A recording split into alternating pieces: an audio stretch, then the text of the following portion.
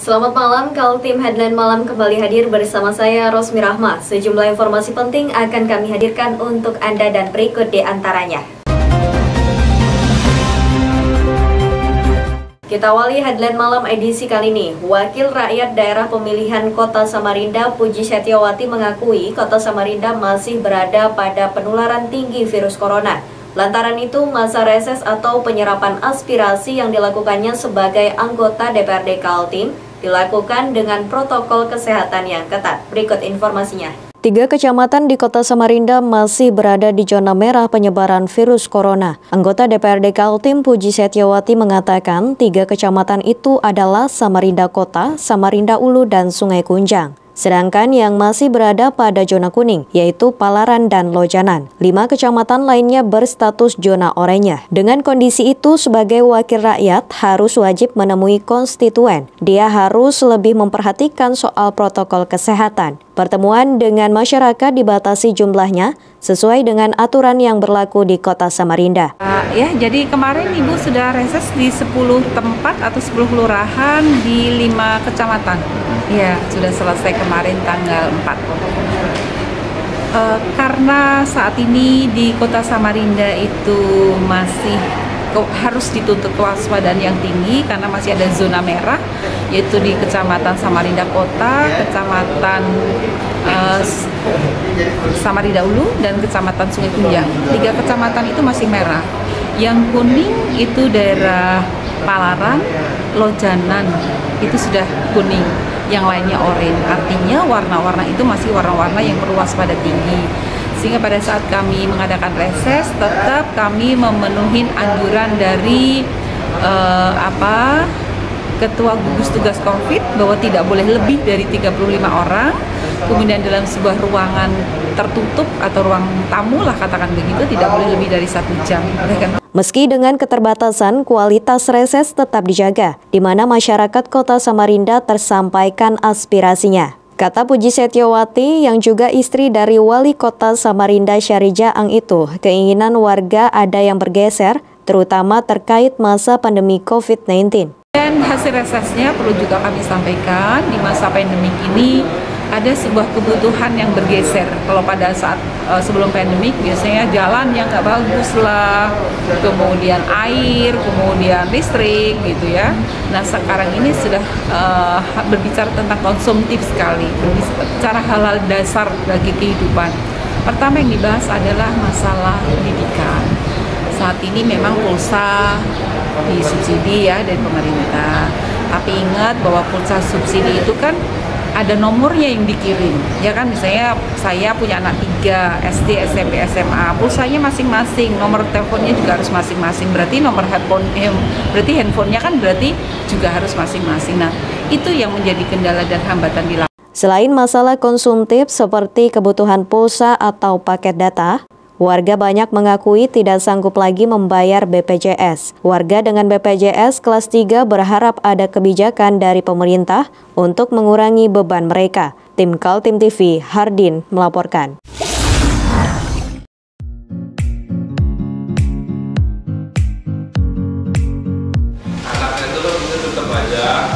Cara mudah beriklan digital di Kaltim TV.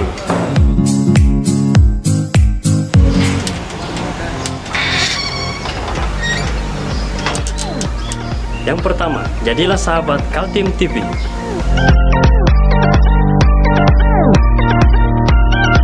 Dengan Rp1 juta, para sahabat mendapat 20 kali tayang di slot berita kamu.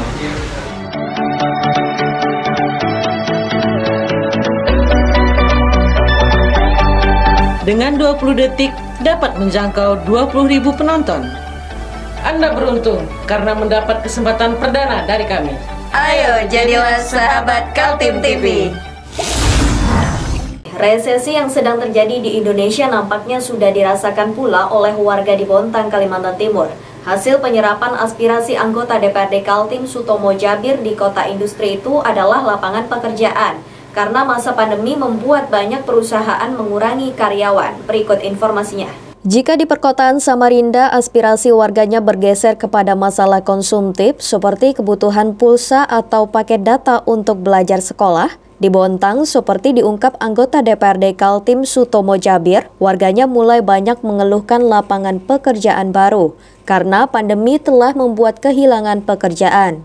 Selain masalah lapangan kerja, warga juga punya harapan bangkitnya perekonomian seperti UMKM dan dibukanya kembali transportasi pelabuhan laut antar pulau, terutama ke Sulawesi Selatan.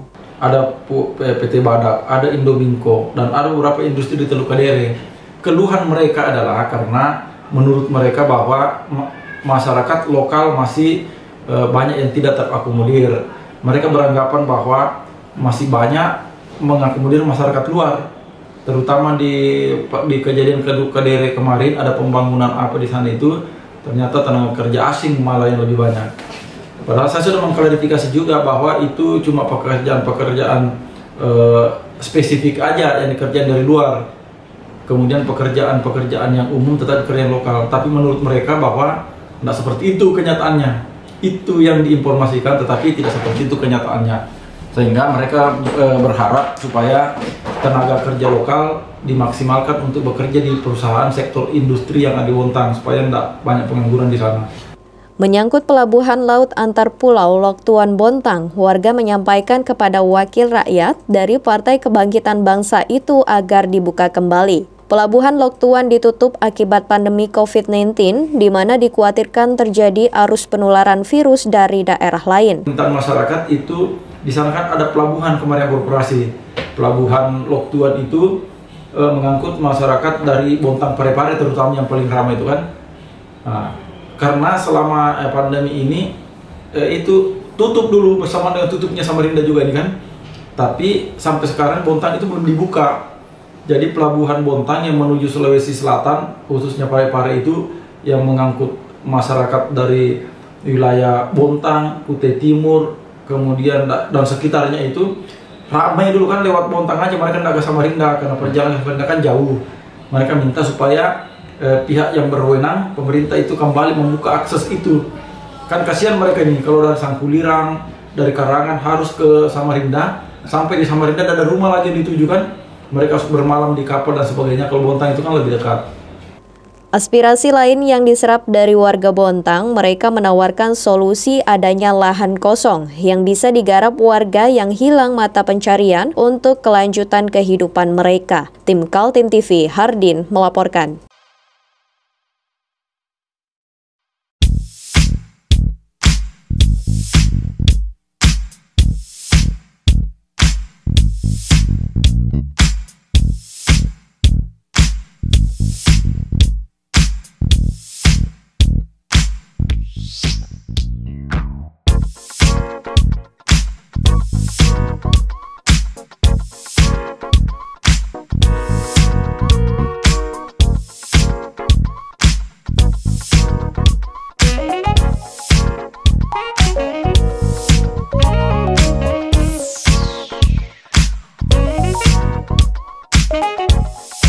Polresta Balikpapan bedah rumah warga yang berada di tepi laut. Bedah rumah ini dilakukan untuk membantu warga di tengah pandemi COVID-19. Beginilah kondisi rumah Atini, warga Jalan Mula Warman RT 20 Balikpapan Timur sebelum dibedah oleh Polresta Balikpapan.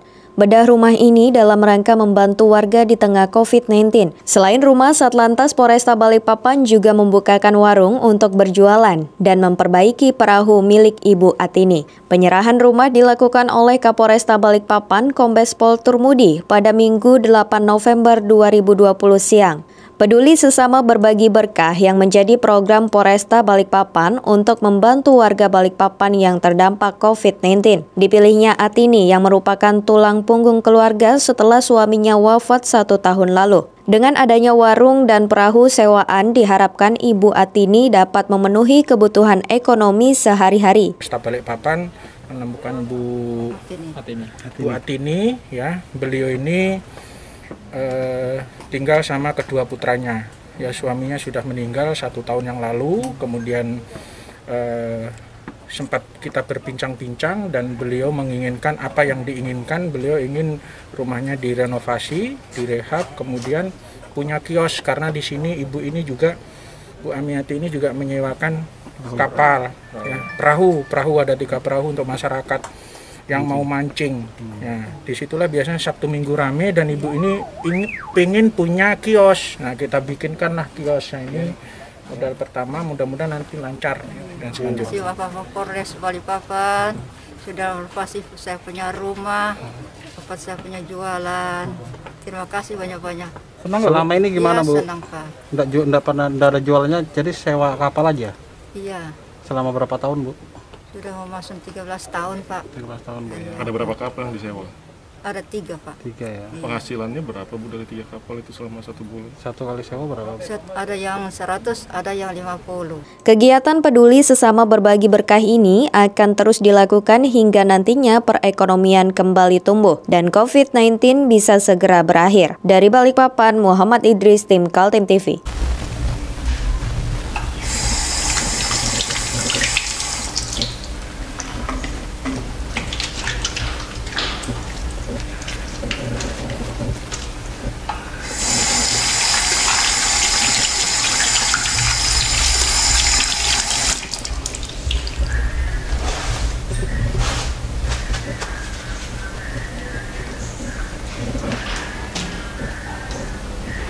Meskipun di rumah saja, kita tetap selalu menjaga kesehatan, cuci tangan, menggunakan hand sanitizer. Ingat, mulailah dari diri sendiri. Kalangan milenial rawan direkrut oleh kelompok terorisme dan radikalisme yang masih nyata pergerakannya di tanah air maupun di seluruh dunia. Untuk itu perlu langkah-langkah pencegahan secara dini melibatkan semua pihak agar anak-anak muda Indonesia tidak jatuh ke dalam jurang sesat yang mengacaukan negeri ini. Dari sejak kecil warga Indonesia didorong memiliki sikap patriotisme membela tanah air, bukan sebaliknya masuk dalam rekrutmen kelompok terorisme dan radikalisme yang membahayakan negara. Hal itu dipaparkan dalam sebuah acara diskusi di Samarinda, melibatkan Forum Koordinasi Pencegahan Terorisme atau FKPT, Bidang Pemuda dan Pendidikan bekerja sama dengan Badan Nasional Pencegahan Terorisme atau BNPT. Dua lembaga ini mengedukasi generasi muda dalam sebuah kegiatan lomba video pendek dan diskusi film di Barum, sebuah hotel di Samarinda. Tampak sejumlah pelajar SLTA menjadi peserta dengan tema Kita Indonesia. Tampak juga staf ahli bidang Polhukam Wahyu Widi Heranata membuka acara mewakili Wakil Gubernur Hadi Mulyadi. Sejumlah pemateri adalah mantan narapidana teroris, mitra BNPT Kurnia Widodo, dan dari FKPT Kaltim, Dr. Sudirman. Saya mengapresiasi terhadap FKPT Provinsi Kalimantan Timur yang dipimpin langsung oleh Pak Jubaidi ini, dan mereka sasarannya adalah kaum milenial, terutama pelajar SMA sederajat. Jadi karena untuk menangkal radikalisme dan terorisme ini harus sejak dini. Apalagi kita ketahui bersama kejadian-kejadian yang dahulu melibatkan banyak masyarakat, terutama ibu-ibu dan anak. Dan anak-anak muda juga banyak yang melibatkan. Nah, pendekatan-pendekatan itu yang sekarang yang saya apresiasi. Para pelajar antusias mendapat materi tentang terorisme dan radikalisme. Mereka juga menyadari eksistensi mereka juga terancam karena berpotensi direkrut menjadi anggota teroris. Targetnya adalah kaum milenial, pelajar-pelajar SMA dan sederajat. Mengapa? Karena memang salah satu target dari kelompok-kelompok radikal itu adalah pelajar. Itu targetnya. Jadi ini hanya kita bekali untuk bisa mengkantor, untuk bisa mengontrol. Sebetulnya adalah kita Indonesia ya, satu Indonesia. Jadi salah satu penyeimbang, mengkantor kelompok-kelompok sebelah, kelompok-kelompok yang mengajarkan intoleransi, mengajarkan radikal-radikal dalam berpikir, diimbangi oleh ini. Namanya lewat video. Mengapa? Karena zaman sekarang hampir 24 jam anak-anak kita itu adalah dia tidak lepas dari media sosial. Jadi salah satu yang efektif itu adalah lewat media sosial untuk diseminasi informasi, mencegah paham-paham radikalisme dan intoleransi. Selama ini di Kaltim diketahui menjadi salah satu daerah tempat persembunyian para teroris. Hal itu terungkap sejak beberapa tahun silam di mana dari benua Etam ditangkap tersangka jaringan pelaku bom Bali. Di daerah ini juga pernah menjadi aksi teroris melempar bom Molotov di gereja Oikumene Sengkotek Samarinda pada 13 November 2016 lalu. Tim Kaltim TV, Hardin melaporkan.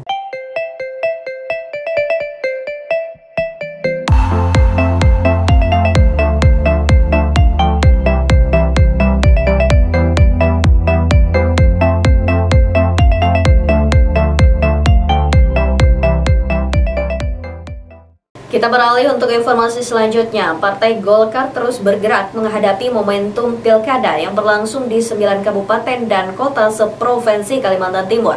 Partai berlambang beringin itu menargetkan calon yang diusungnya 60% menang. Pilkada serentak se-Indonesia digelar 9 Desember 2020.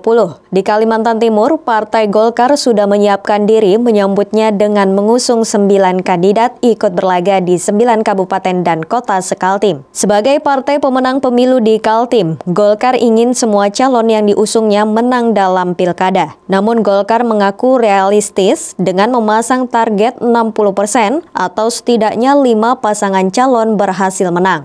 Saya rasa kita diberikan target adalah minimum 60%. Kami malah memberikan target minimum 70%. Kita bisa memenangkan pertarungan pilkada di 9 kabupaten dari 10 kabupaten kota yang ada di Kalimantan Timur. Nah, saya rasa seperti yang saya sampaikan tadi, di dalam adalah kita yang paling utama adalah berikhtiar. Wajib berusaha semaksimalnya menggerakkan seluruh instrumen elemen-elemen Partai Golkar untuk bisa berbaur bersama seluruh masyarakat yang ada di Kalimantan Timur. Persiapan Partai Golkar dengan menempatkan kader-kader Golkar sebagai saksi di tempat pemungutan suara. Kader-kader ini adalah bagian dari mesin politik Golkar yang disiapkan dalam setiap momentum politik, termasuk Pilpres 2024, Pilgub maupun Pilwali dan Pilbub. Namanya adalah BSN, Badan Saksi Nasional, wajib dilaksanakan tidak hanya di Kalimantan Timur, tapi seluruh Indonesia. Karena kita di sini adalah wilayah kita adalah Kalimantan Timur, maka kami wajib mengakomodir untuk menyiapkan saksi 10 kabupaten kota di setiap TPS yang melaksanakan kegiatan pilkada tahun ini. Dari 10 ada 9 kabupaten kota yang melaksanakan pilkada. Itu wajib ada Badan Saksi Nasional yang diisi oleh kader-kader Partai Golkar di setiap TPS, wajib. Kira-kira begitu. Calon-calon yang diusung Golkar di 9 kabupaten kota Kalimantan Timur, masing-masing di Kabupaten Pasir, pasangan Dr. Fahmi Fadli dengan Haji Sarifah Masitah Asegaf, di Kota Samarinda, pasangan Muhammad Barkati Darlis Patalongi, Kutai Kartanegara Edi Damansyah berpasangan dengan Randy Solihin, dan di Kabupaten Kutai Barat, F.E. Yapan dengan Edianto Arkan. Sementara di Balikpapan, Golkar mencalonkan Rahmat Masud Tohari Ajis. Di Kutai Timur, pasangan Yunadi dengan Lulu Kinsu, Berau, pasangan Seri Marawiyah dan Agus Tantomo. Mahakam Ulu, Bonifasius Belawangeh berpasangan dengan Yohanes Afun. Dan di Bontang, pasangan Neni Mornaini dengan Joni. Tim Kaltim TV, Hardin melaporkan. Mari kita memerangi virus corona dengan mematuhi imbauan pemerintah. Stay at home. Pemerintah terus menyiapkan rencana ibu kota negara yang telah ditetapkan Presiden Joko Widodo di Kabupaten Penajam Pasir Utara dan Kabupaten Kutai Kartanegara. Kementerian Agraria dan Tata Ruang Badan Pertahanan Nasional sudah melangkah jauh mengajak stakeholder lokal mendata apa saja yang perlu dimasukkan dalam perencanaan regulasi yang bakal diterbitkan. Rencana detail tata ruang kawasan ibu kota negara mulai dibincangkan serius Kementerian Agraria dan Tata Ruang dengan stakeholder di Kaltim. Melalui focus group discussion mulai dibicarakan rencana lahan ibu kota negara, yakni dengan luas keseluruhan 256.142,72 hektar, yang dibagi seluas 56.181 hektar sebagai kawasan ibu kota negara atau KIKN. Dan 6.116,14 hektar sebagai kawasan inti pusat pemerintahannya. Dalam FGD dimasukkan usulan-usulan kekayaan lokal termasuk perlindungan terhadap tanah adat dan juga kawasan perlindungan satwa. Masukan dalam FGD menjadi bahan terbitnya undang-undang maupun peraturan mengenai ibu kota negara yang sedang disiapkan pemerintah. Rencana perpindahan ibu kota negara tetap dilaksanakan pemerintah pusat, walaupun mengalami penundaan akibat terjadinya pandemi COVID-19 yang membuat pelemahan ekonomi Indonesia. Rencana itu tetap berjalan terlihat dari semakin intensnya pemerintah pusat melakukan persiapan administratif maupun regulasi dengan melibatkan stakeholder di Kaltim. Kalau melihat ini sih sepertinya kalau dari tata ruang juga sudah diatur, ya tetap aja sih jalan untuk rencana IKN, nggak ada penundaan, mungkin ada ya, tapi tidak pembatalan. Oh siap. Tidak dibatalkan. Ada sempat disinggung nggak Bu, kapan kira-kira mulai fisiknya dilakukan gitu Bu? Belum ada tadi. Belum jadi mereka fokus ke tata ruang seperti ini. Regulasi ya. Dalam pandangan tim perumus ibu kota negara dari pemerintah pusat, inilah saatnya Indonesia membangun kawasan perkotaan terbaik di dunia. Lantaran itu, persiapan perlu dilakukan dengan matang, termasuk menerima usulan berbagai stakeholder di Kalimantan Timur. Jadi ini masih dalam tataran teknis, itu masih banyak kemungkinan-kemungkinan yang bisa dilakukan. Nah, justru kemungkinan-kemungkinan inilah yang sebetulnya yang kita bahas dengan semua stakeholder. Kemungkinan-kemungkinan itu berisi plus minus gitu kan. Nah, itu yang kita diskusikan dengan stakeholder. Karena ini di Kalimantan Timur ini ruangnya tersedia dengan baik, sangat memungkinkan sekali kita membentuk suatu kota yang luar biasa bagusnya. Dan negara kita ini kan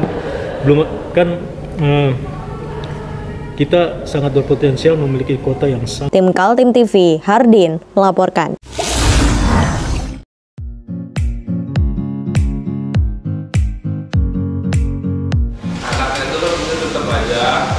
Cara mudah beriklan digital di Kaltim TV.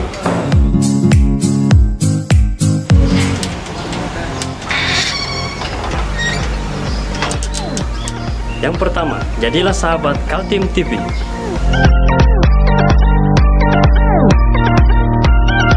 Dengan Rp1.000.000, para sahabat mendapat 20 kali tayang di slot berita kamu.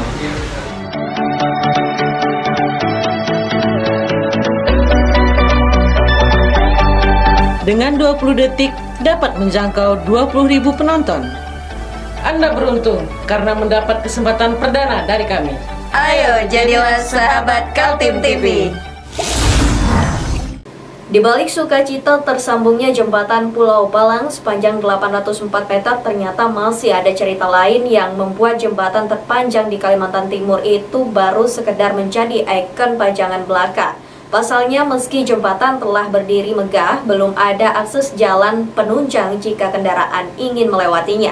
Tahap-tahapan pembangunan jembatan Pulau Balang sudah memasuki tahap akhir. Bahkan 31 Oktober lalu menjadi catatan bersejarah bagi kalangan teknik sipil karena mereka berhasil menyambung jembatan sepanjang 804 meter dengan lebar 22,4 meter. Inilah jembatan terpanjang di Kalimantan yang menjadi ikon baru benua Etam. Dibangun dengan anggaran 1,39 triliun, jembatan ini menjadi salah satu infrastruktur penunjang ibu kota negara baru yang telah ditetapkan Presiden Joko Widodo. Tapi sayangnya jembatan Pulau Balang masih memiliki kekurangan di sana-sini. Yang paling vital adalah belum tuntasnya jalan akses sehingga bisa dilalui kendaraan. Kalangan DPRD Kaltim menyoroti hal ini agar tidak menyerupai jembatan Abu Nawas yang pernah menjadi julukan jembatan di Kota Bangun, Kutai Kartanegara. Alhamdulillah lah ya, sudah terjadi ya, sudah jalan jembatan. Sudah jadi, cuman ada sedikit hambatan. Tanggung jawab anggota DPR Provinsi, khususnya unsur ketua dan Komisi 3 ya, supaya jembatan jalan penghubung. Jadi alangkah sayangnya jembatan sudah jadi, tapi jalan penghubungnya belum. Mudah-mudahan ini jadi perhatian pemerintah lah ya, Gubernur Provinsi dan Ketua DPR. Itu aja tanggapannya.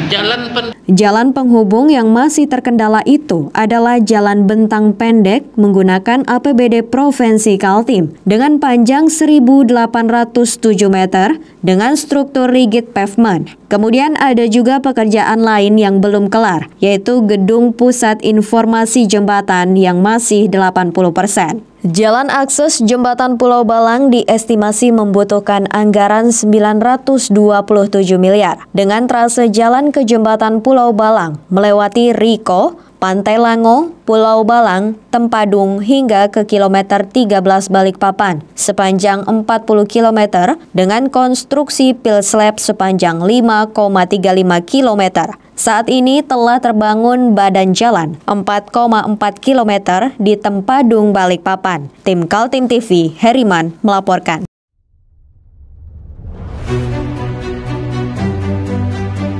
Hari ini kita ada kegiatan untuk membungkus sembako untuk dibagikan ke masyarakat yang membutuhkan karena COVID-19 ini.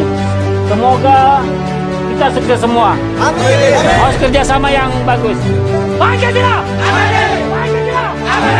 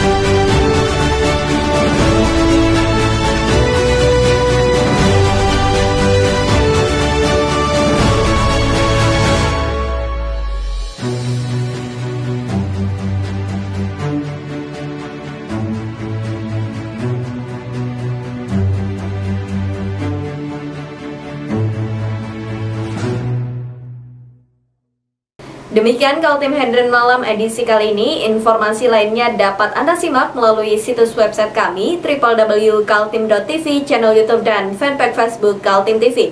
Jangan lupa untuk selalu patuhi protokol kesehatan. Saya Rosmi Rahma bersama kerabat kerja yang bertugas pamit undur diri dan sampai jumpa.